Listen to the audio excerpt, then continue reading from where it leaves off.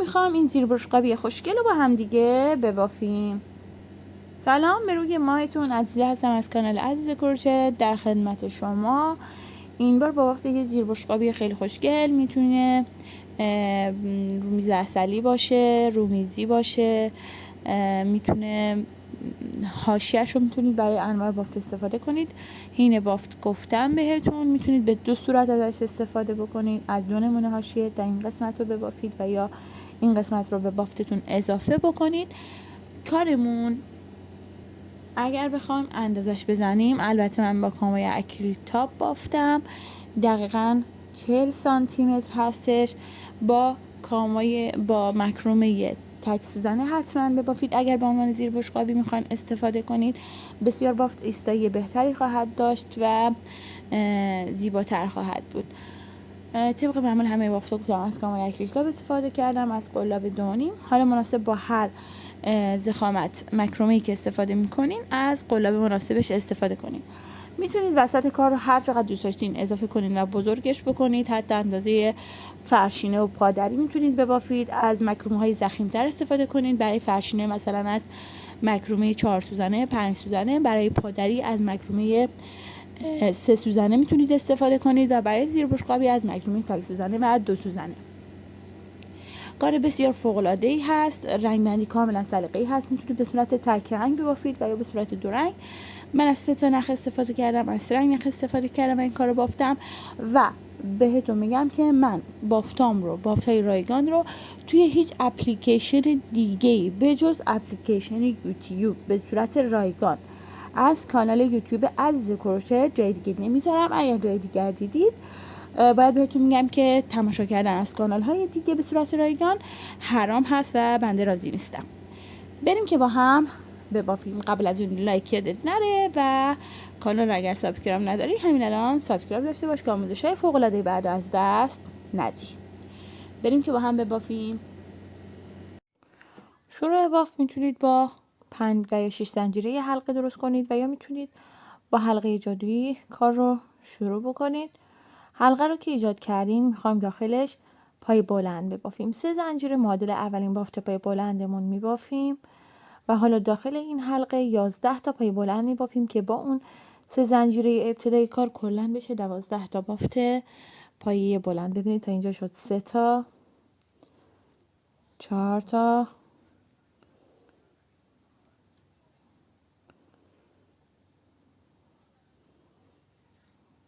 5، 6، 7، 8، 9، 10، 11 و 12 تا بافت پای بلند رو بافتیم. انتهای نخ رو میکشیم حلقمون کاملا بسته بشه.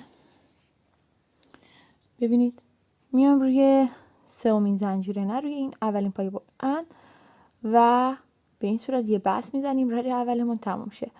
رد دوم این دایره بافی معمولی هست با 3 زنجیره و یک پای بلند. همینجایی که بست رو زدیم کار رو شروع میکنیم. میشه 2 تا پای بلند کنار هم. میریم داخل دونه بعدی، دوباره 2 تا پای بلند میبافیم. 1، 2. پایه بعدی 2 پای بلند. به همین صورت روی هر پای بلند 2 تا میبافم. رج قبلی 12 پای بلند داشتیم. در آخر این رج تعداد پای بلندمون میشه 24 تا. 2 پای بلند آخر رو داخل دونه آخر بافتم. دوباره میام ببینید روی این 3 زنجیره، نه روی این اولین پای بلند، بست رو انجام میدم و به این صورت 24 تا بافت پای بلندم کامل میشه. برای رج سوم یه تفاوتی داره با دایره بافی معمولی. 3 زنجیره رو که زدیم میخوایم جفت پای بلند رو ببافیم یک جا. خب این جفت پای بلندمون 2 پای بلند یک جا بافتیم داخل اولین دونه. یه زنجیره میزنیم، این یه دونه رو رها میکنیم، میام داخل دونه بعدی دوباره 2 پای بلند میبافیم. به ازای هر زنجیره که میزنیم یه دونه پای بلند رها میکنیم. ببینید این پای بلند رها میشه، میام رو پای بلند بعدی دوباره 2 تا پای بلند میبافیم. در واقع توی این رج تعداد پای بلندامون با رج قبلی هیچ فرقی نداره. همون 24 تا پای بلند رو خواهیم داشت، ولی یه تک زنجیره هم اضافه شده بین این دو پای بلندا که 12 تا فضای تک زنجیره رو خواهیم داشت و 24 تا پایه بلند.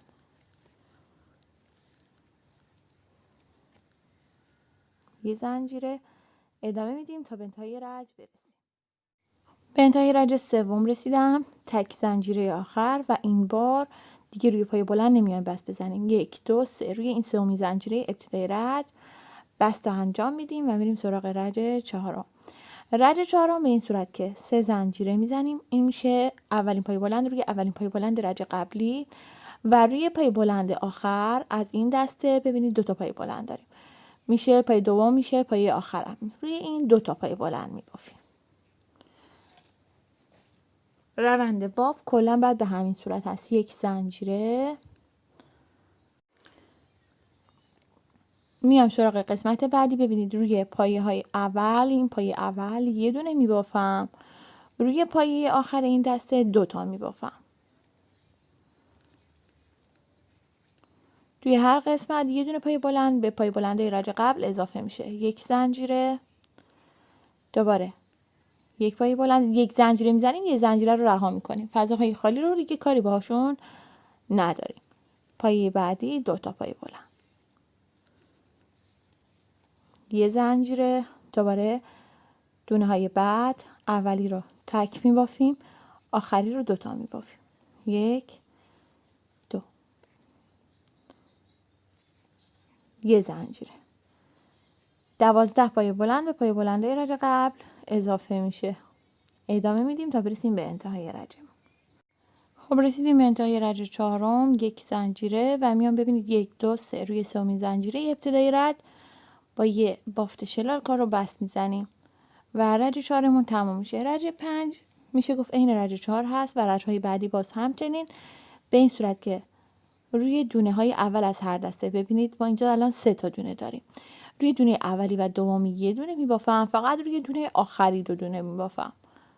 ببینید روی دونه آخر 2 تا پای بلند میبافم، چون قراره توی هر رج فقط 12 تا پایه به رجای قبلیمون اضافه بشه. 1 زنجیره میزنیم، ببینید 12 تا دسته داریم، روی هر دسته فقط یه پایه اضافه میشه، اونم پایه آخر هست. 1 2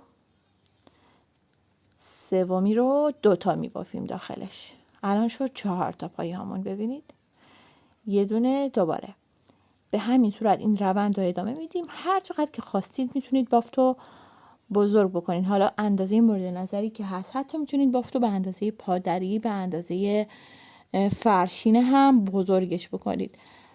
منظور این که هیچ محدودیتی نداره این بافت. یه دایره بافی هست که به هر اندازه که مد نظر بود میشه کار رو بزرگ کرد و روند بافتش به همین صورت هست.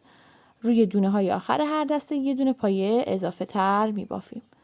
ادامه میدیم تا به انتهای رج برسیم.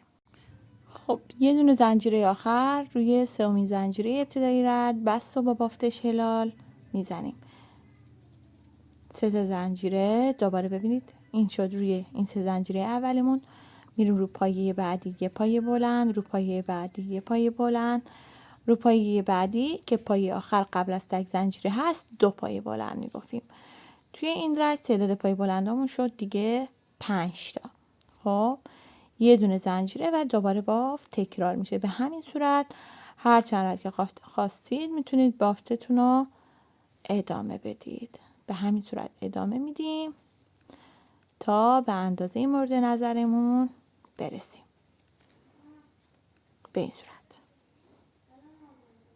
خب برای این مدل بافت شما هر چند رج که دوست داشتید میتونین ادامه بدید، میتونین حتی تا 20 رج هم ادامه بدید، تا 10 رج ببافید، تا 20 رج ببافید، هیچ فرقی نداره. اندازه یه فرشینه ببافید، اندازه یه پادری ببافید، با مکرونه های خیلی ضخیم کار رو انجام بدید که حالا اندازه پادری و فرشینه بشه. هیچ محدودیتی نداره که شما چند رج ببافید، چون تعداد دونه هامون مضربی از 12 هست، چون شروع بافت ما با 12 پای بلند بوده. کلا هر چقدر ما بافت ادامه بدیم مضربی از 12 برامون به دست میاد. خب من اومدم 1 2 3 4 5 6 7 8 9 10 11 12 13 رج رو بافتم. در انتهای رج تک زنجیره رو که زدیم میام روی سومین زنجیره ابتدایی رج دوباره بست رو میزنم، یه زنجیره که کارم محکم بشه، نخ رو قطع میکنم و میرم رنگ رو عوض میکنم. البته رنگ بندی سلیقه‌ای هست، میتونید با همین رنگ ادامه بدید. خب برای رج بعد میام چیکار میکنم؟ میام انتهای نخم رو یه گره میزنم، باشه تو قلاب کارو بر میداریم و از یه جایی شروع میکنیم به بافتن. فرقی نمیکنه از کجا. پای کوتاه میبافیم. این نخ رو میبرم لای باف، مخفی میشه. فقط این که پای کوتاه ها رو حتما از لپ عقبی ببافید. ببینید به این صورت. داخل گندمی هایی که بالای باف قرار داره لپش رو بگیرید و پای کوتاه ببافید داخل همه دونه ها. ببینید لپ عقبیشون رو میگیرم، این نخ رو میبرم لای باف مخفی و محکم بشه. بعدی به همین صورت تک تک دونه ها رو دارم پای کوتاه میبافم.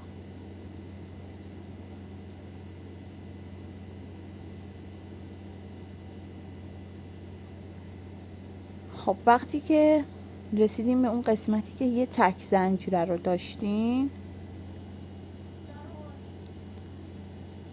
خب داخل زنجیره ببینید دیگه نمیام داخل حلقه، روی زنجیره دقیقا باز یه لپش رو میگیریم و پای کوتاه میبافیم. این نخی که برای دونه قبل بود هم به همین صورت.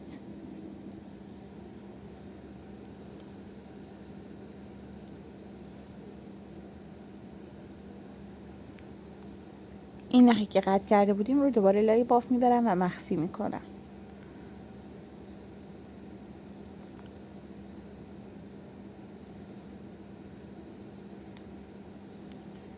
به همین صورت این رج رو ادامه میدم تا برسم به انتها.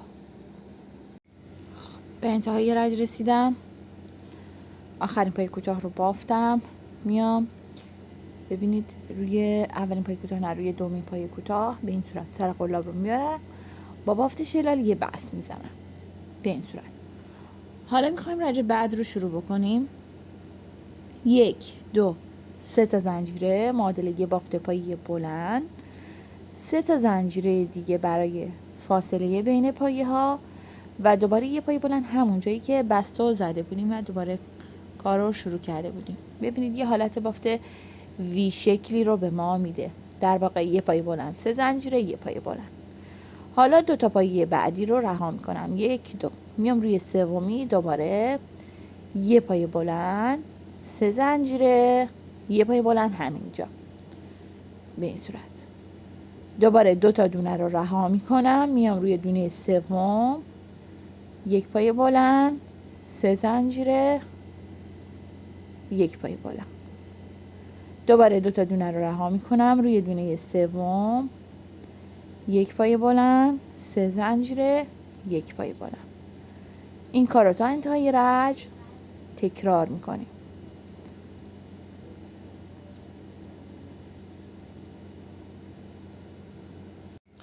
خب به انتهای رج رسیدم، به این صورت کار رو انجام دادم. حالا میایم 1 2 3 روی سومین زنجیره ابتدایی رج سر قلاب رو میبریم، با بافت شلال یه بست میزنیم، رجمون تمام میشه. برای رج بعدی میام داخل فضای 3 زنجیره میشیم با یه بست با بافت شلال و حالا 3 تا زنجیره میزنیم اندازه یه پایه بلند. 2 پایه بلند دیگه کنارش میبافیم بشه 3 پایه بلند کنار هم.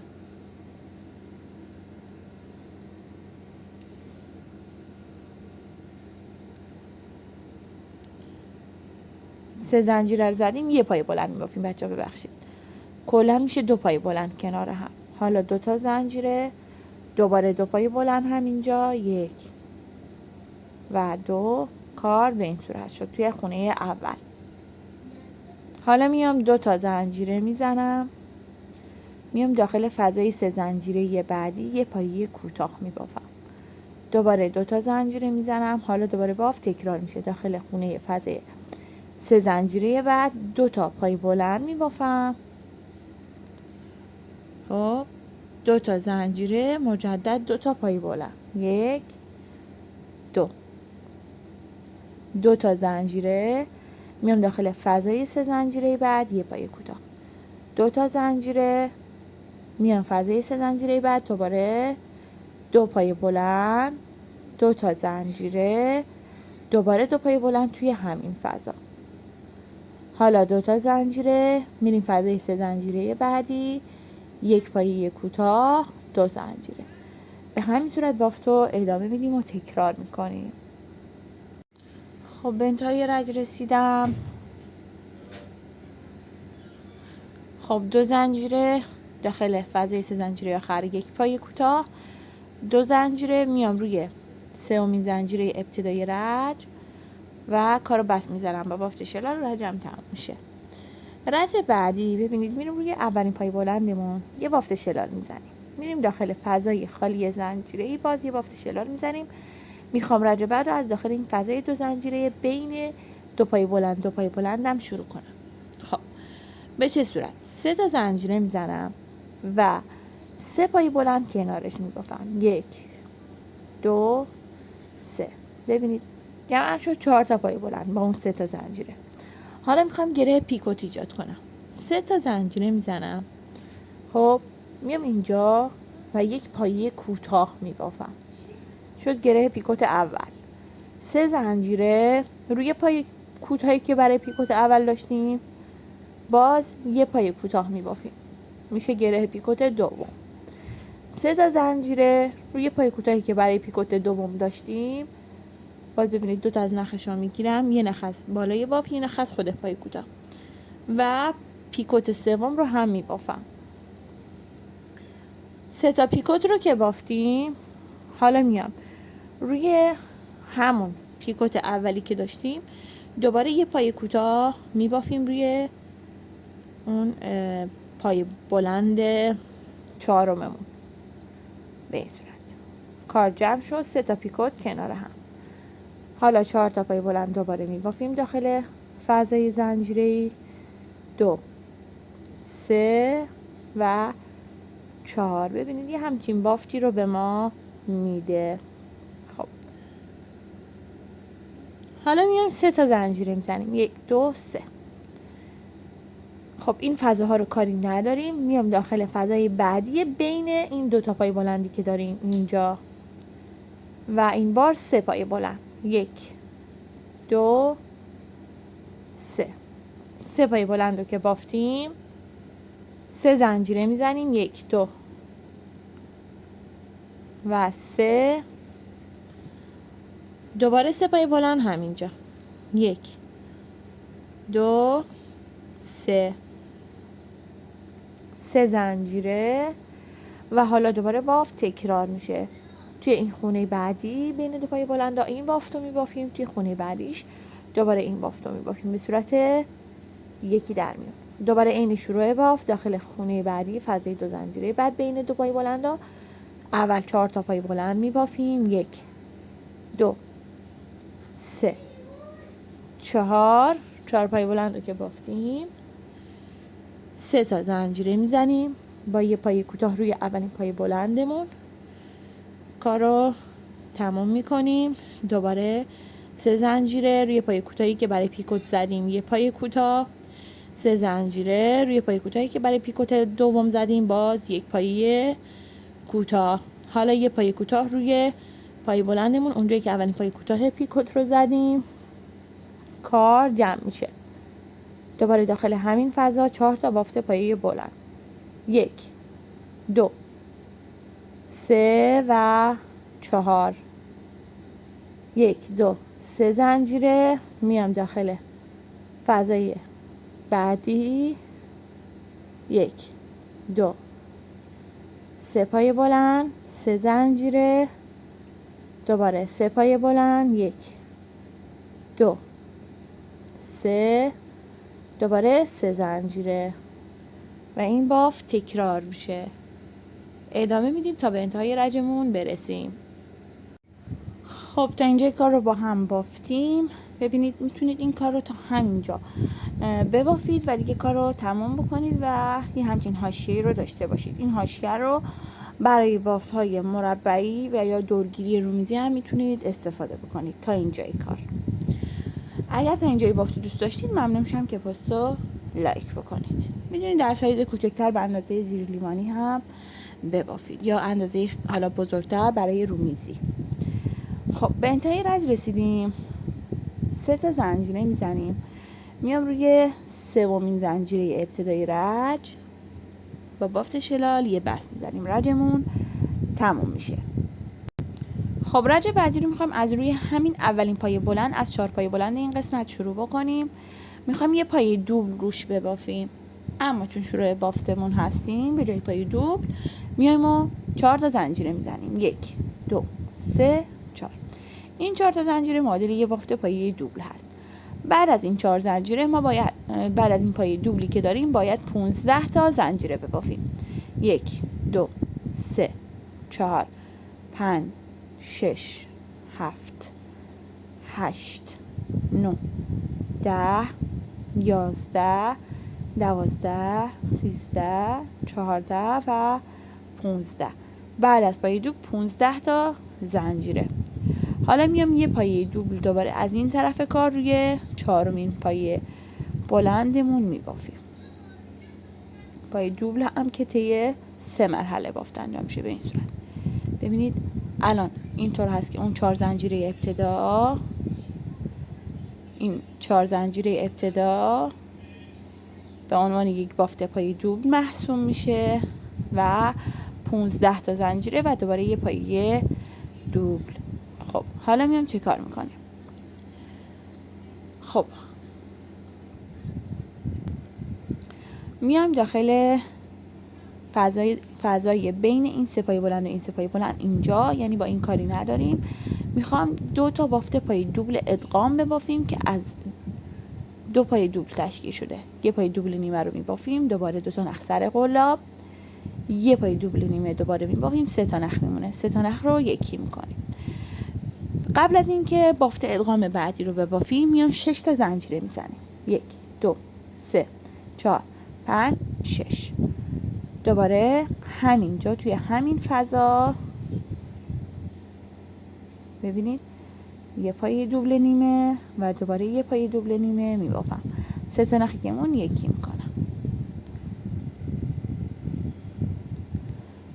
حالا دوباره بافتمون تکرار میشه. روی این 4 پایه بلندی که داشتیم روی اولین پایه بلند یه پایه دوبل که ما برای شروع رج 4 زنجیره رو زدیم. خب حالا 15 تا زنجیره.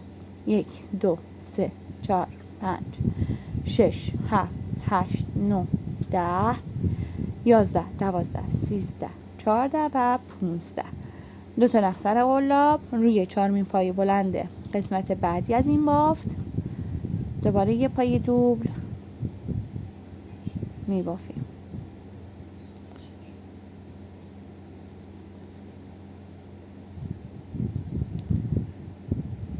دو تا نخ سر قلاب، یک پایه دوبل رو میبافیم.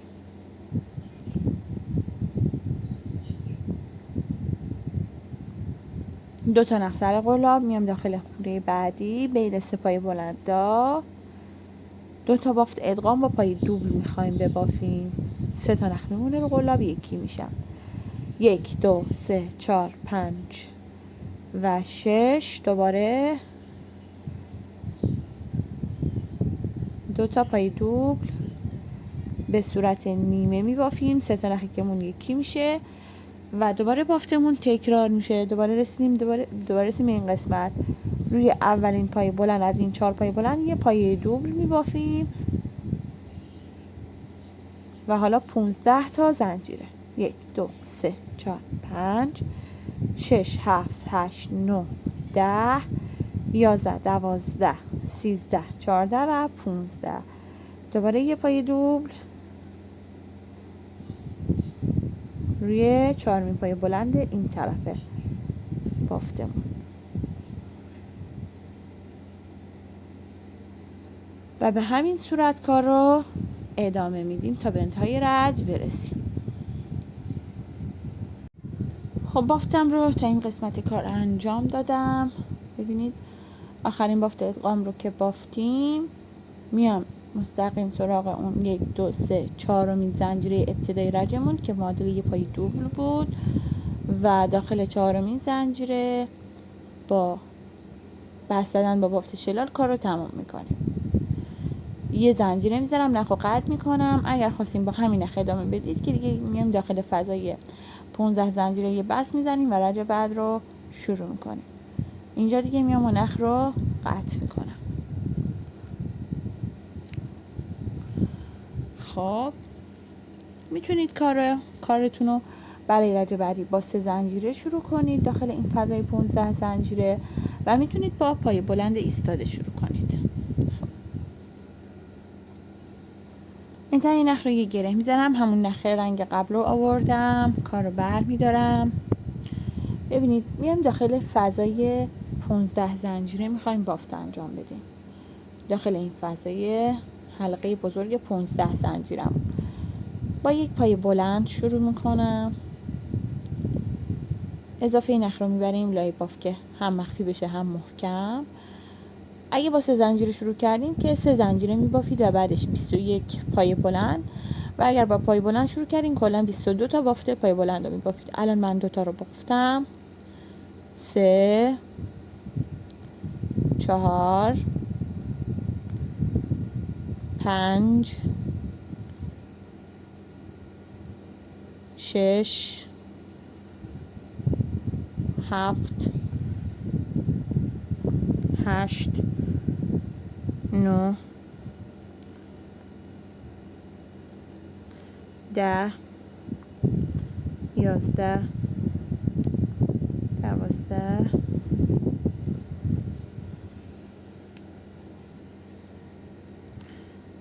13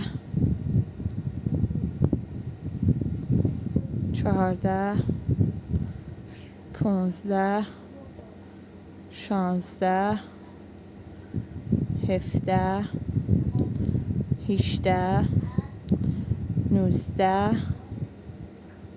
20 21 و 22 تا بافت پایی بلند و بافتم به این صورت. 22 تا بافت پای بلندمون رو که بافتیم میام داخل فضای 6 زنجیره، این نخم میدم لای بافت که محکم و مخفی بشه و داخل فضای 6 زنجیره 4 تا پای کوتاه میبافیم. 1 2 3 4 به همین صورت که دیدیم. الان دوباره بافتمون تکرار میشه. میام داخل فضای 15 زنجیره و 22 تا پای بلند میبافم. 1 2 3 ادامه میدم. ببینید 22 تا بافت پای بلند رو بافتم. میام داخل فضای 6 زنجیره و 4 پایه کوتاه رو میبافم. 1 2 3 4 دوباره بافت تکرار میشه. 22 پای بلند 4 پای کوتاه. به همین صورت ادامه میدیم تا به انتهای رجمون برسیم. خب رسیدم به انتهای رج. حالا میام چه کار میکنم؟ میام داخل خونه آخر داخل فضای 6 زنجیره بعد از 22 پای بلندم این 4 پای کوتاه آخر رو هم میبافم. 2 3 و 4 پای کوتاه رو بافتم. میام روی اولین پای بلندی که داشتیم با بافت شلال یه بست میزنیم. رج بعدی رو با 1 زنجیره شروع میکنیم و 1 پایه کوتاه همینجا روی اولین پای بلندمون. خب روی اولین پای بلندمون 1 پای کوتاه، روی بقیه پای بلندا باز به همین صورت یه دونه پای کوتاه میبافیم. کلا میشه 22 پای کوتاه روی پای بلندمون. 1 2 3 4 5 6 7 8 9 10 11 12 13 14 15 16 17 18 19 20 21 22. خب این از 22 پای کوتاه روی این قسمت بافت. رسیدیم به اون 4 پای کوتاهمون. اون 4 پای کوتاه اول رها میشه، روی پای کوتاه دوم یک پای کوتاه، روی پای کوتاه سوم یک پای کوتاه، پای کوتاه چهارم باز رها میشه. دوباره میام روی پای بلندامون و 22 پای کوتاه رو میبافیم. 1 2 22 تا بافته پای کوتاه رو روی اون پای بلندامون بافتم. دوباره رسیدم به 4 پای کوتاه. اولی رها میشه، از روی دومی یک پای کوتاه، روی سومی باز یک پای کوتاه، پای کوتاه چهارم باز رها میشه. دوباره میان و 22 پای کوتاه رو میبافیم. 1 2 3. به همین صورت ادامه میدیم تا به انتها برسیم. خب به انتهای رج رسیدم. آخرین پای کوتاه رو هم 2 پای کوتاه آخر رو هم ببافیم که روی این 4 پای کوتاه باید بافته بشه. اولی رو رها میکنیم، روی دومی یک پای کوتاه، روی سومی باز یک پای کوتاه و روی 4 دونه پایه‌ای نمیبافیم.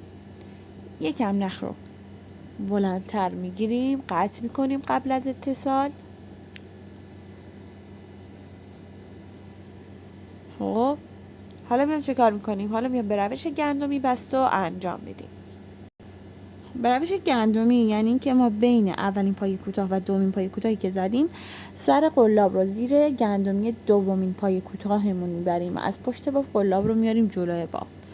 خب حالا نخ رو میدیم به قلاب، میبریم پشت بافت. یه گندمی جایگزین برای این اولین گندمی که برای پای کوتاه اول هست میخوایم ایجاد کنیم. ببینید اون گندمی میفته پایین بافت، اینو میاریم به جاش. داخل گندمی آخرین دونه بافتی که انجام دادیم از پشت بافت داخل گندمی قلاب رو در میاریم، نخ رو میدیم به قلاب و میبریم پشت بافت و به این صورت یه گندمی جایگزین برای پای کوتاه اولمون ایجاد شد. ببینید به همین تمیزی. اضافه های نخ رو میتونید با سوزن و یا با قلاب پشت بافت ببرید لای بافت، مخفی و محکم بکنید. خب برای حاشیه و لبه بافت میخوام یه رنگ دیگر رو بیارم و استفاده بکنم. حالا من با رنگ قهوه‌ای رنگ دارم استفاده میکنم. اگر ارنک روم استفاده میکنیم ترجیحاً رنگ طلایی رو میتونید برای هر رنگ بافتی انتخاب بکنید. بازم سلیقه‌ای هست.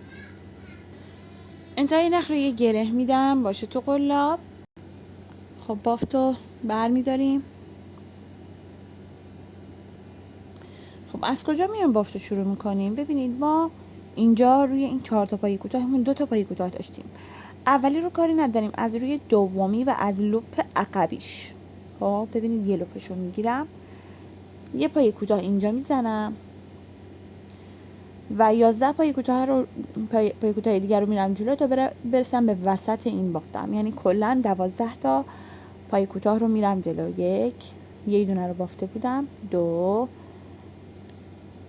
3 4 5 6 7 8 9 10 11 و 12. ببینید 12 پای کوتاه رو بافتم، می‌رسم به وسط این دالبری که اینجا دارم. حالا میام چه کار میکنم؟ حالا میام از این بافتا، از این پیکوتا 3 زنجیره پای کوتاهی که میزدیم اینجا ایجاد میکنیم. 3 تا زنجیره روی همین پای کوتاهمون یک پای کوتاه میبافیم. دوباره 3 زنجیره روی پای کوتاه دوممون یک پای کوتاه میبافیم. دوباره 3 زنجیره روی پای کوتاه سوممون یک پای کوتاه میبافیم و حالا دوباره روی پای کوتاه اولمون دوباره میایم یه پای کوتاه دیگه میبافیم به این صورت و حالا دوباره تکرار میشه بافت. 12 پای کوتاه رو میبافیم. 1 2 3 4 5 6 7 8 9 10 11. دقت بکنید 12مین پای کوتاه هم افتاد روی اولین پای کوتاهی که اینجا ما 2 پای کوتاه داشتیم، میفته روی اولین پای کوتاه. یعنی اگه بخوایم الان پای کوتاه رو همینجوری از اینجا بشمونیم و ادامه بدیم، کلا باید 24 پای کوتاه ببافیم تا برسیم دوباره به اینجا.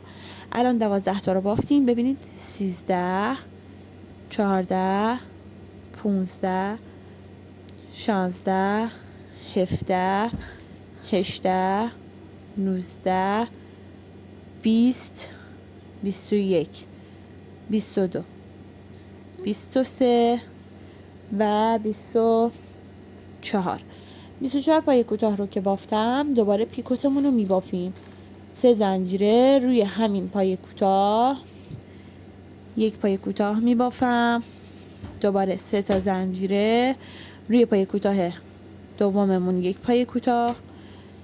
دوباره 3 زنجیره روی پای کوتاه سوممون، 1 پای کوتاه میبافیم.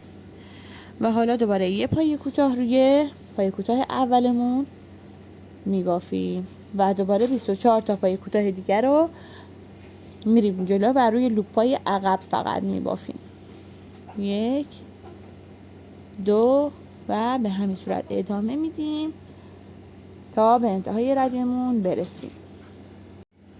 خب به انتهای رج رسیدم و 12 پای کوتاه آخرم مونده که میام از لوپ عقبی این 12 تا رو هم میبافم. این نخی که برای ابتدای رج بود رو میتونید همون اول باف ببرید لای باف و میتونید این آخر کار هم بیارید و لای باف، هم مخفی میشه هم محکم. خب روی لوپ عقبی بافت انجام میدم. آخرین دونه رو که بافتیم، باز به روش گندمی بست رو انجام میدیم. یعنی نخ رو کمی بلند میگیریم، قطع میکنیم. خب برای محکم کاریش، قبل از محکم کاری میام بین اولین دونه گندمی و دومین دونه گندمی، زیر دومین گندمی که داشتیم سر قلاب رو میبریم، میاریم جلوی بافت. این نخی که الان میخوایم باهاش گندمی ایجاد کنیم میشه جایگزین گندمی اولمون. میام داخل دل گندمی آخر از پشت بافت، نخ رو میدم به قلاب، میبرم پشت بافت و به این صورت کار خیلی تمیزی رو دارم. اضافه های نخ رو ببرید لای بافت و کاملا مخفی کنید و محکم بکنید و بدوزید. به هر روشی حالا که بلد هستین کار رو محکم کاری کنید که در نیاد و محکم بشه. که حالا من میبرم لای بافتم، یه نخ از پشت بافت رو میگیرم و سوزنم رو رد میکنم محکم بشه.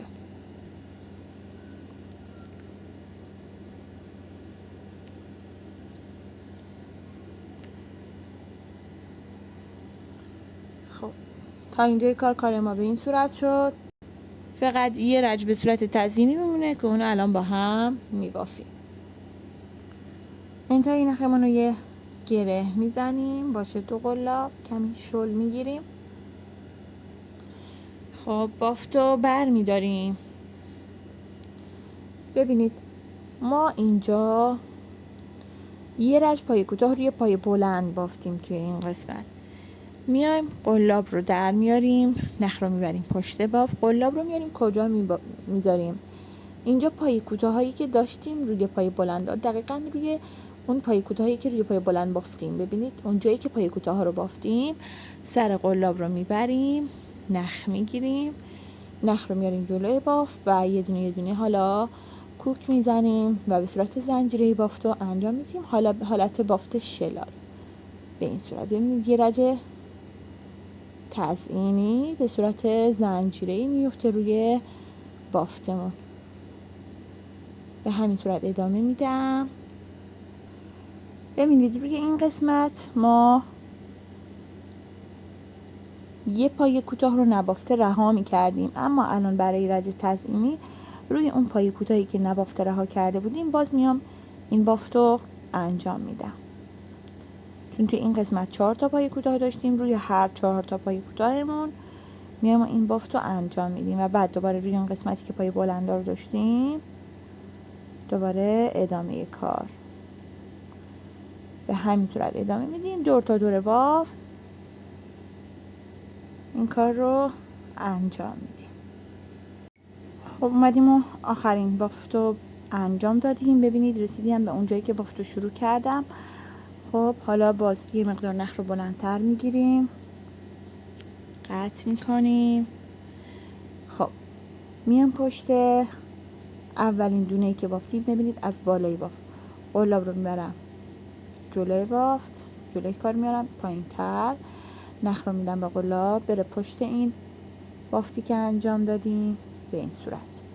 و حالا قلاب رو میبریم داخل آخرین دونه گندمی که بافتیم به این صورت و دوباره نخ رو میدیم به قلاب بره پشت بافت و به این صورت یه گندمی دیگه ایجاد شد.